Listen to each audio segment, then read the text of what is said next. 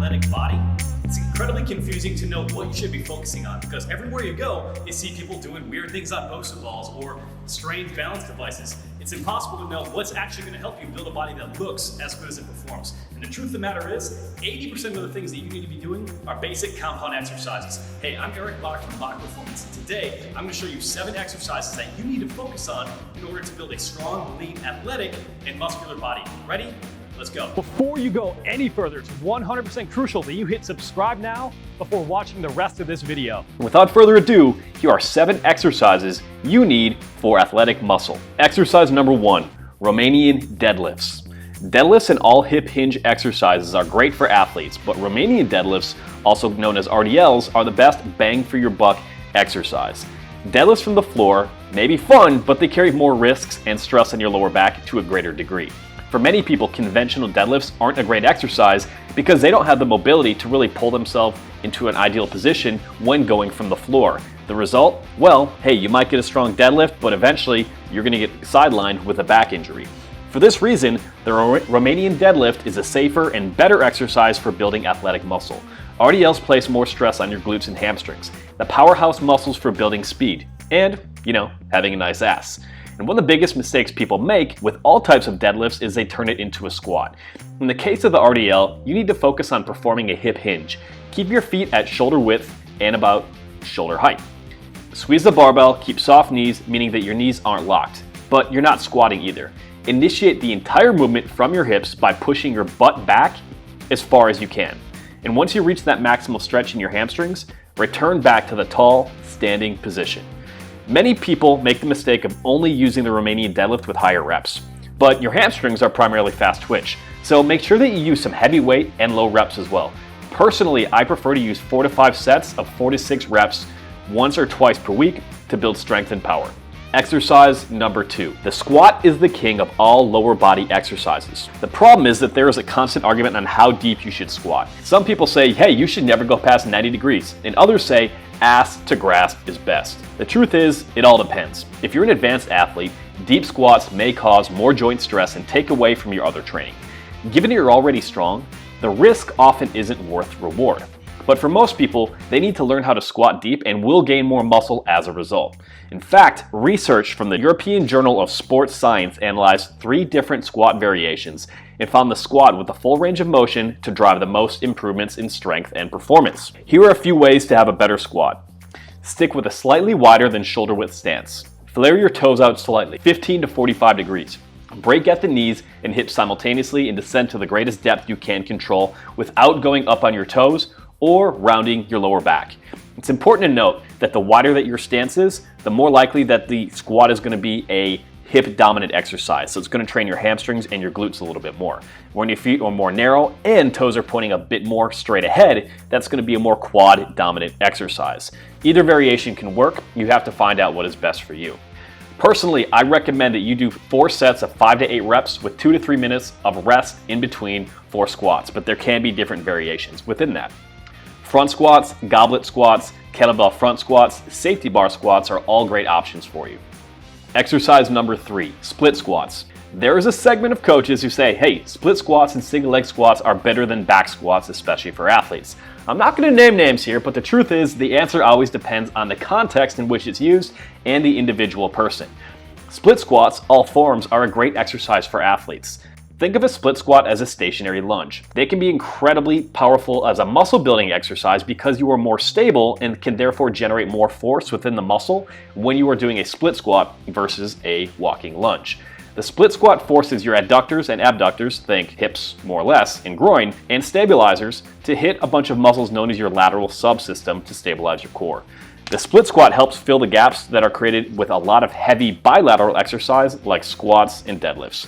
There are a ton of different variations, from barbell split squats and Bulgarian split squats to elevating your front leg as well. You're not going to chase strength as much with a split squat, so 3 sets of 6 to 10 reps once or twice per week is perfect. Exercise number 4, hang cleans. All Olympic lifts from hang cleans, snatches, and jerks are great for building a high performance body. But when it comes to building muscle, hang cleans are better.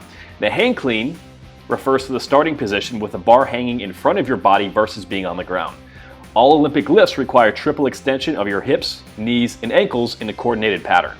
a movement that stimulates triple extension in both sprinting and jumping. Using hang cleans can activate high threshold motor units and explosive type 2 muscle fibers. These are the ones that are going to be most prone to getting you jacked. So when you combine explosive movement and training about 200 muscles at a time, you have an exercise that can build a ton of athleticism, muscle, and power. Now, the hang clean is better for building muscle because you're going to have more time under tension, meaning your muscles are forced to create tension for a longer period of time, which increases metabolic byproducts that can trigger muscle growth. If you flash back even to the 1960s, before bumper plates were around, athletes often had to control the weight all the way to the ground because they didn't want to break the steel plates. So in many cases, versus now when everybody drops everything, these individuals were getting incredibly jacked, especially through their forearms, shoulders, and traps. When you want to emphasize muscle growth, your reps are going to be a little bit higher with hang cleans than they would be when you're just training for athleticism. Try doing 4 work sets of 4 to 6 reps with 2 to 3 minutes in between rest. Exercise number 5, the chin-up. Chin-ups are a great exercise for 3 reasons. They create a ton of muscle building tension to add slabs of muscle to your biceps, back, and forearms. They build an aesthetic V-tapered physique so you'll look like you lift, regardless of the number on the scale.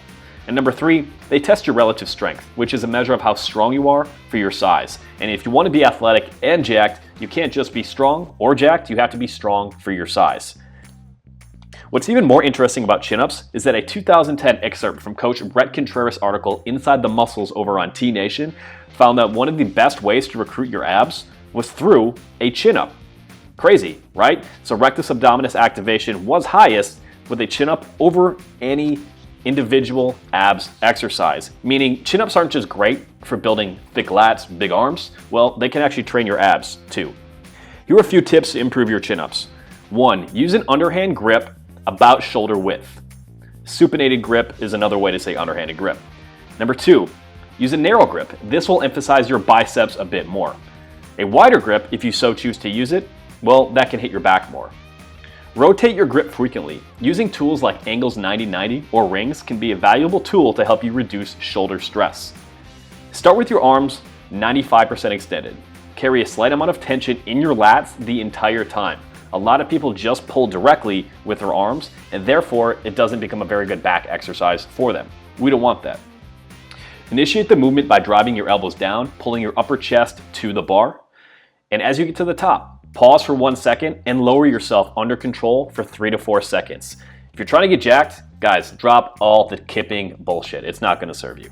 Work your way up to be able to do 10 to 12 bodyweight reps on chin-ups. Once you perfect your form and build that strength, start adding weight with a dip belt and do them twice per week.